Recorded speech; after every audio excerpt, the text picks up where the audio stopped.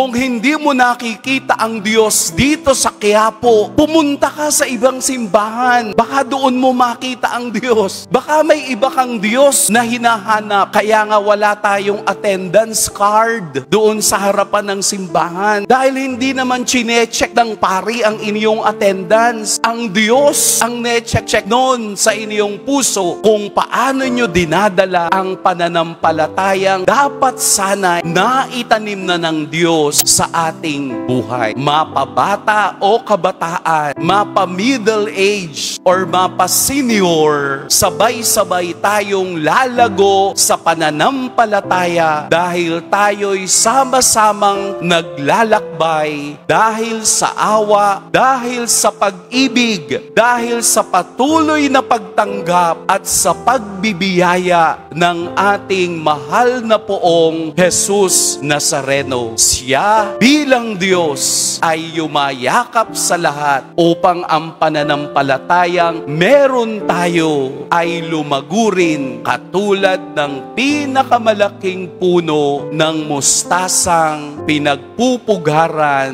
ng mga ibon sa himpapawid. Let us progress in faith. Lumago po tayo sa pananampalataya hanggang lahat tayo'y makarating sa kaharian ng Diyos. Amen.